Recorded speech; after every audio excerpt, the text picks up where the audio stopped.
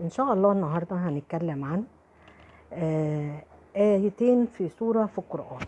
الآيتين دول لو احنا قلناهم بأعداد معينة إن شاء الله ربنا ييسر الرزق ويبعت رزق واسع، وييسر لنا أمورنا. احنا زي ما احنا عارفين القرآن الكريم فيه أسرار كبيرة وأسرار عظيمة، وخذ من القرآن ما شئت لما شئت، طبعا بالخير يا رب، وبالرزق الواسع وبالفرح وبالسعادة، وربنا يكرمنا يا رب ويرزقنا من حيث لا ندري ولا نحتسب. في سورة في القرآن، سورة صاد، فيها آيتين لو احنا قلناهم بأعداد معينة إن شاء الله ربنا يكرمنا برزق واسع.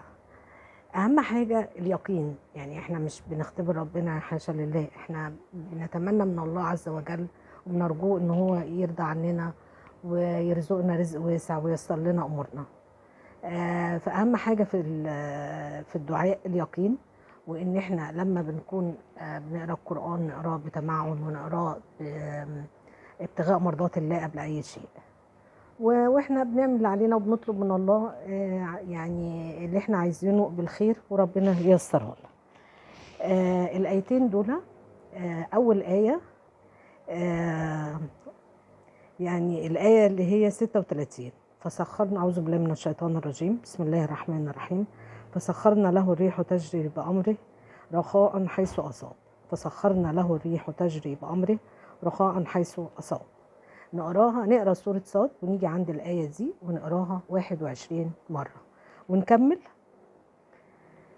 لغاية الآية 54: إن هذا لرزقنا ما له من نفاد، ونقول الآية دي 21.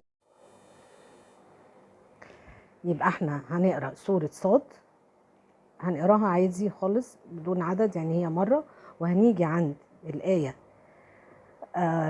فسخرنا له الريح تجري بأمره رخاء حيث أصاب، اللي هي الآية 36، هنقراها 21 مرة، وهنكمل لغاية الآية 54: إن هذا لرزقنا ما له من نفاد، ونقراها 21 مرة، ونكمل سورة صاد للآخر، وندعي ربنا يعني نعمل ده على الأقل لمدة 21 يوم. وإن شاء الله إن شاء الله يا رب يعني يجيب الخير كده ويرزقكم رزق واسع ويرزقنا رزق واسع واعملوها. ولما نيجي نقرأ القرآن احنا بنقرأ قبل أي حاجة زي ما احنا قلنا ابتغاء مرضات الله.